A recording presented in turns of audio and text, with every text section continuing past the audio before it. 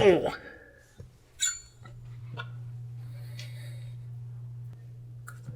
I got a new set. That's pretty nice. How have you been? Hello, and welcome to my little corner of the internet. I think the best place to start this video off is by me defining what I think a great children's book should be. I believe all great children's books are made up of three pieces working perfectly together in tandem. Unique and interesting visuals to retain the attention of the kids reading. Simple but succinct writing so those same kids can understand what is being said, and to have a complex moral lesson that gets broken down and teaches them something their emotionally inadequate parents probably don't have the ability to. You can have a career as a children's author with two of these things. You can be a pretty good one without mastering each, but boiled down, I think it's safe to say every great children's author that we remember fondly has these three traits and nails them all in their greatest hits, so to speak. And today, I want to talk about an author I believe falls into the latter category, one who not only writes interesting stories, but has an equally interesting one himself. Today we talk about Frog, Toad, and Arnold Lobel.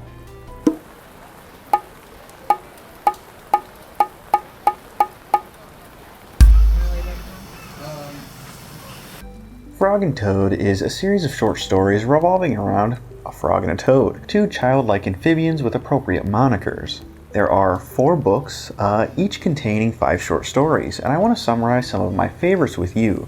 I'm going to say what I think the theme of each individual story is. I mean, it's a children's book. I don't think it'll be too tough for us to figure out, but I'd like you to pontificate. I'm just kidding. Think about what the grand overarching theme of all of them could have in common with one another. Out of the 20 Frog and Toad stories, here are my favorite 4 in no particular order. A Lost Button is about the pair finishing a long walk when Toad realizes he's lost a button on his jacket. When hearing this, Frog decides they should go back and search. In search they do. They retrace all of their steps. They find several buttons, and are presented with buttons by a few wooden creatures as well, but none of them match the one that Toad lost. Frustrated, Toad runs home, where when entering he finds it, realizing that Frog went through a lot of work to help find a button he had lost before even leaving. To make it up to Frog, Toad sews all the buttons they found onto his jacket and gives it to Frog as a gift, which Frog accepts happily. A lot of these stories' morals I think depend on which character you focus on. If you focus on Frog, the message is something like helping your friends will be rewarding even though it may be hard work. While focusing on Toad can teach the importance of keeping a level head, and Occam's razor. This is probably my favorite just because of how surreal and strange of a concept it is to try to sell to a kid, which is lessened by the first lines telling the reader it is in fact a dream, but still very fun and surreal story for a kid to wrap their head around. I also love it because you have everything you need in these stories to psychoanalyze Toad as being woefully insecure about himself.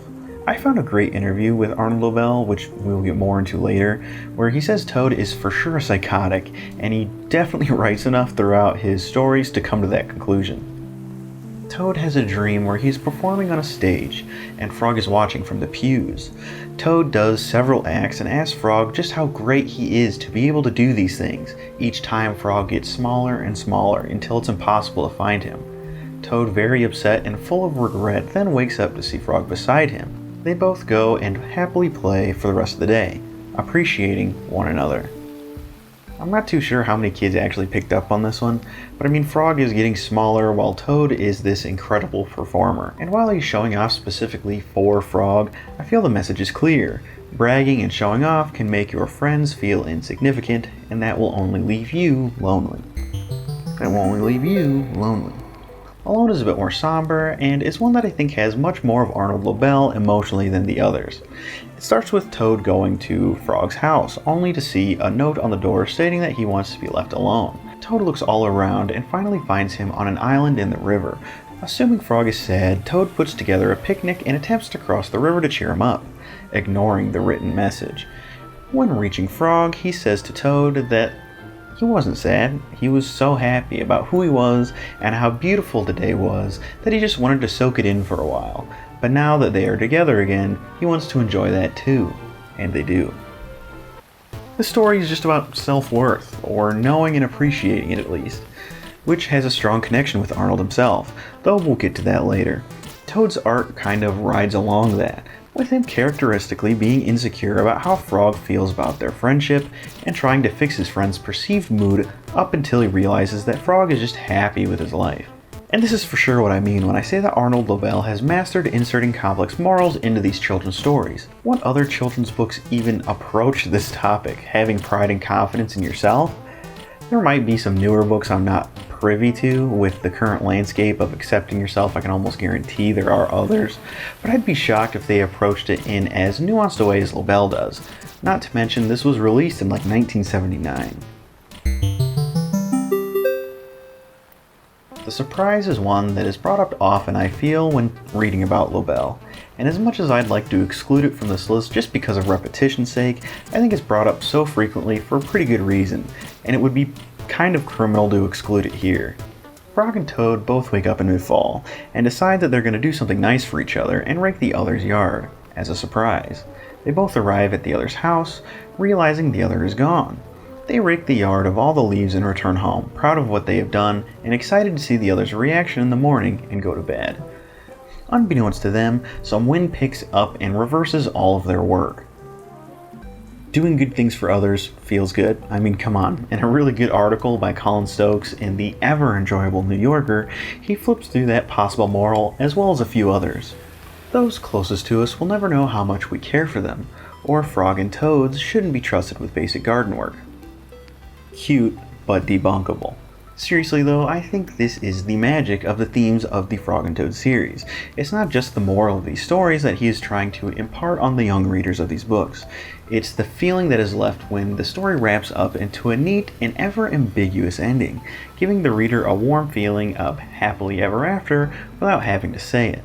That feeling leaves a mark, and hopefully has given children a wider range of emotional intelligence. I know it certainly did with me.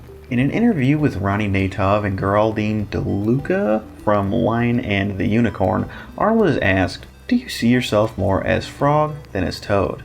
And he responds, "Both." I think that comes with a little caveat. In the same interview, he says, "If an adult has an unhappy love affair, he writes about it. If I have an unhappy love affair, I have to somehow use all of that pain and suffering but turn it into a work for children. I suddenly realized that if I was going to be a writer, I was going to have to be a writer like any writer, and it was going to come from myself. All of Frog and Toad stories are based on adult preoccupations, really. I was able to tilt them somehow so that a child could appreciate them too." Now, again in that same interview, he states that all of the Frog and Toad stories are based off specific things in his life, and he hasn't written an arbitrary one. I think that in some stories, Arnold is both Frog and Toad, like in Cookies, Dragons and Giants, or Down the Hill, where they both overcome and learn something together. But when Arnold has feelings of anxiety or insecurity, I think he writes a story about Toad, having these scary or frustrating experiences, and Frog comes in to save the day, to reassure and comfort Toad. Conversely, when he is feeling empathetic or parental, he writes a more Frog-centered story, where Frog does something selfless and shows Toad that he loves and cares for him. That's why I believe it seems so easy to psychoanalyze Toad or feel a connection with Frog, because Arnold Lobel is pouring his very real and visceral emotions, vulnerabilities, and parental instincts into these characters in a way that anyone can identify with. Okay, overarching theme time. You guys ready? What did you think the overarching theme of all of the Frog and Toad stories were? Good guess. I thought all of the stories shared a theme of relationships, or at least the fundamentals of how they work and what should be the most valued in them, which I really liked. And I think it is important to show children what to expect and what to give in a relationship to make it not only functional but fulfilling. As well as Arnold subtly informing the reader that all of the bumbling, misunderstanding, and self-consciousness that comes along with relationships, especially those of the demographic of these books, is normal. Now there is a whole other section of this video that is going to be dedicated to Arnold Lobel's life, but I think now is a good time to address the Uncle Elephant in the room. In 1974, several years before the AIDS epidemic and several decades before he would ever be accepted societally, Arnold Lobel came out as a homosexual to his family. Arnold's daughter in the New Yorker article states, "I think Frog and Toad really was the beginning of him coming out," which I think absolutely makes sense and should be obvious to almost anyone who reads the books and studies Lobel's life. She also suggests that the two characters were in fact gay themselves. Here I disagree. I feel the stories are meant to be a bit more nuanced than that. As he states in an interview with Lucy Rowland, when asked how he balances his characters between humans and animals, he responds, If Frog and Toad were two gentlemen, think of the questions that would occur to you. How old are they? Where are their parents? How do they earn their money? What in fact is their relationship? But by taking this little world with these two strange creatures in it, I bring them to everybody. All different kinds of people can enjoy that. I want my work to appeal to everybody. This is a conscious part of my thinking when I create my animal characters. Arnold Lobel left the specific relationship between Frog and Toad ambiguous for a reason. The details of the relationship is unimportant to that feeling and the lesson that Arnold leaves on the reader. I think that Mr. Lobel took the feeling of being repressed and the tragic understanding that society at the time would not accept who he was and poured a lot of it into these beautiful stories that teach how rewarding it is to be different than that, to be accepting and kind. And to simply state that their relationship was platonic or not, by trying to read in between the lines and declaring your interpretation as fact, I think is doing a disservice to the clever and important way Arnold Lobel was presenting these two characters. I mean, in several interviews he states his characters are animals, so children from all walks of life, between race, familial, and financial status, can read the books and see themselves in the characters easily.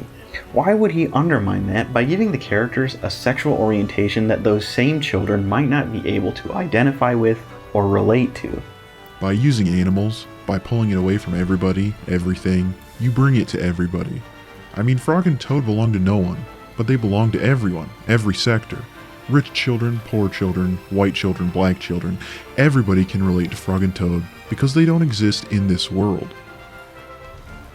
What Arnold Lobel was the most ahead of his time in doing was making this ambiguous, because the people claiming so vehemently that no, Frog and Toad could not possibly be gay are the same people whose children should be exposed to this exact kind of opposing view and emotional intelligence.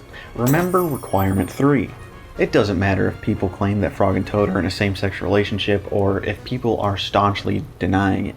Arnold Lobel knew that this hatred existed in the world, and whether intentional or just for catharsis, he made a book that combated that, and that selflessness should be the thing that's the most celebrated in my opinion. I don't want to seem like I'm picking on Colins' New Yorker article specifically. It's beautifully written and really does celebrate the books and Arnold in a way I am over the moon happy with. But the title completely threw me off, and I believe most people just doing a cursory Google, curious about the books, wouldn't read past that headline. And that's a shame, I think, because we should absolutely celebrate Arnold Lobel and who he was, a Jewish gay man alive and successful in the most tragically crucial and interesting time he could have been. Alright, I'm done spurting out. Moving on. When writing about relationships, inadequacy, and self-consciousness, it begs the question, why does it seem Mr. Lobel gravitates to these themes? That is the line where I think the story of Frog and Toad ends, and Arnold Lobel's takes the spotlight. Before we take off into the story about Mr. Lobel's life, I want to say he wasn't a heavily reported figure. There aren't even many photos of the guy. He's no Dr. Seuss or Sendak. He didn't live a life of celebrity, and he wasn't especially celebrated soon after he left us. In fact, it wasn't until 2013 that any displays of his work were curated, though I could be wrong. While I believe his work was powerful, beautiful, and ahead of its time in many ways, there isn't really a large pool of information to dig deep into. So if you feel there are holes in the story, or you are doing your own research and have heard everything I'm saying already, please know I've collected as much as I can, and I'm just stitching this together. Arnold Lobel was born in LA to Joseph and Lucille Lobel. Shortly after his birth, they frustratedly had not found the success they had hoped and moved back to the East Coast, divorcing shortly afterwards. Arnold was instead raised by his German-Jewish grandparents in Schenectady, New York. He describes the household as, I grew up in a very stoic household. When I was little, there was laughter, but I don't remember any discord, any crying. and it was in this situation where he would begin to attend school, where he was noted as a remarkable storyteller, coming up with tall tales and delivering them to his fellow students. He was so talented at this, he says, when a teacher had several minutes of extra time at the end of class, they would bring him up to the front for him to finish the day with a story, as his classmates yelled and screamed in excitement. On his own, he would also draw the characters and the stories he told, usually being anthropomorphic. And although this sounds like a pretty fun life for a child, several sources say Arnold referred to himself as a sad, frequently bullied child who spent a majority of his free time hiding in the library, reading mostly picture books like Dr. Seuss. His experience of which led to one of the most deeply sad quotes I've ever seen from a man talking about children's books. They are capable of suggesting everything that is good about feeling well and having positive thoughts about being alive. Yeesh. But unfortunately, as his education continued and Arnold entered his adolescence, storytelling would be a part of himself that he suppressed, out of a sort of embarrassment with the skill, probably due to the subsequent bullying that likely only got worse as he aged. Though drawing didn't quite seem to get the same boot in his life, as when graduating high school, he attended Brooklyn's Pratt University with a major in fine arts, and it would be here that he would not only foster his talent as an illustrator, but meet his soon-to-be wife Anita, who was also studying illustration. Earning their degrees in 1955, they would also have 2 children, having an apartment across from the Brooklyn Zoo. No, not that Brooklyn Zoo, but Wu-Tang Forever and Rest in Peace Old Dirty Bastard. The Prospect Park Zoo, I believe. After college, Arnold would begin his professional life illustrating advertisements. Back in the good old 50s, ads were still hand-drawn and rarely were photos or actual product shots used for anything other than reference. And Mr. Lobel would look back on this time of his life as ultimately unfulfilling, and deeply happy he went on to pursue his path in children's books, which he made several attempts to get a kickstart in. However, several publishers had declined him, and many of the people he inquired about the position said there was little to no money in it, and as a newly adorned father, that wasn't exactly an option. While it seems he was able to find a few odd jobs in the illustrating children's books field, he wouldn't find his home until 1961 when he knocked on the door of Harper & Row, a massive publishing company who had just launched the I Can Read series of children's books.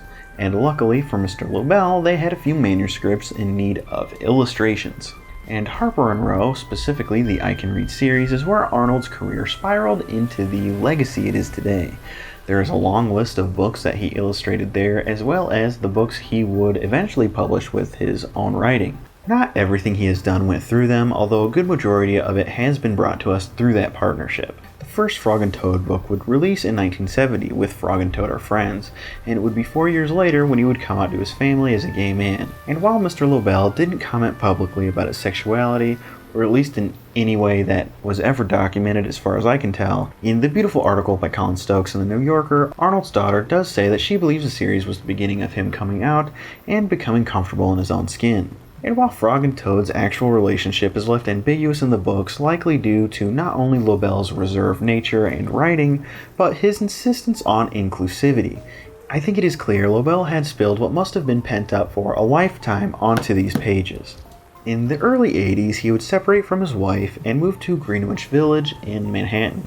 He received the Newbery and Caldecott Awards, as well as several others for the success and creativity of his work, including the Frog and Toad series, Fables, and Mouse Soup, being among a few people to earn the honors for both writing and illustrating. Sadly, however, it would only be a short while later, in 1987, when Arnold Lobel would fall victim to the AIDS epidemic. The disease caused a heart attack that took his life.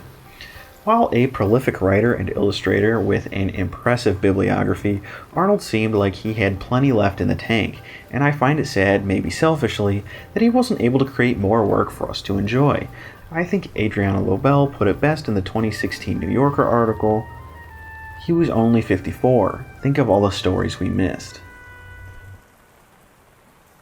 Jazz, why did you make this video? Well, somewhat like Lobel, I spent a large part of my childhood living with my grandparents, and when I think about it really hard, those are the only childhood memories I can really remember very well. My grandma read me tons of children's books, but when I revisit Frog and Toad, I'm instantly teleported to that little farmhouse in rural Ohio. It had a massive impact on me as a child, and I can safely credit those stories as being the first to encourage me to think about my connections with other people and give me a reference point for how they should feel.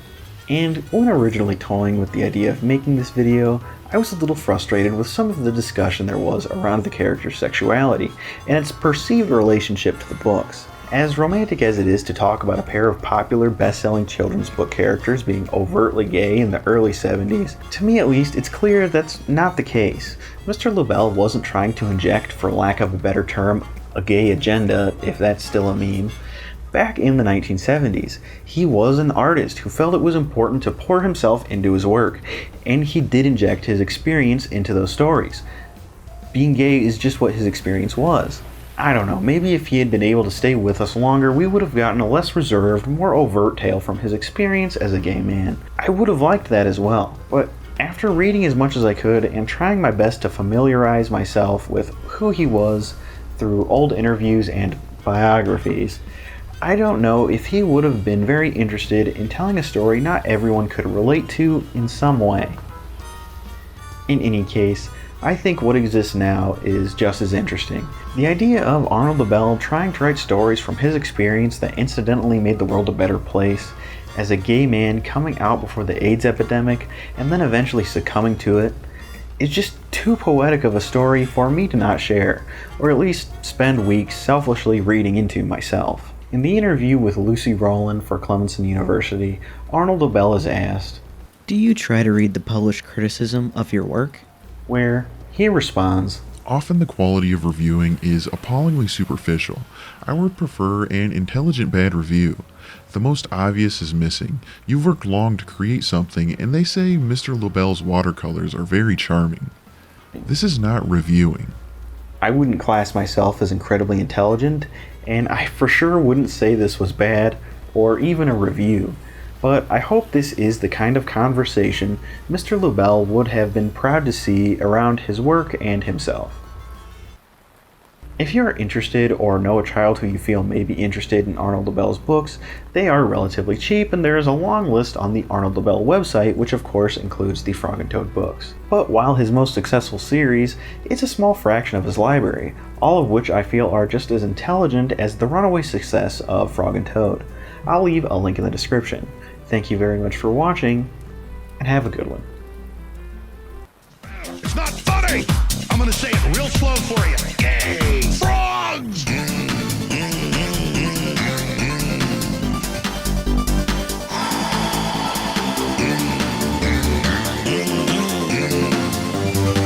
Won't you fight for your life? Gay frogs, friggin' frogs! I don't like a frog! Gay friggin' frogs! Frogs! After credits, scene after credits. After credits, I don't have credits. It's a YouTube channel. I will always leave a paste bin or just some plain list of sources for the research I've done or where I've been able to verify bits of my videos in the description, but I especially want to call attention to it this time because this video took a long time to make, mostly because I fell in love with reading the articles written about Arnold Lobel's Frog and Toad. From really well done and beautifully worded articles like the Colin Stokes I've made several mentions about, Frog and Toad, an ambitious celebration of same-sex love, and to charming little early-era style blog posts like Ellen McGinnis's children's book author Arnold Lobel, Fatherhood in the Closet, and the Arnold Lobel website. I honestly couldn't get enough. And I figured if you are doing your own research and didn't stumble upon this video because you're a subscriber of this clearly above par channel of hidden treasures, then that list might be interesting, helpful, or just plain fun for you, because it was an absolute joy for me. Thank you again for watching the video, and click some buttons. Done!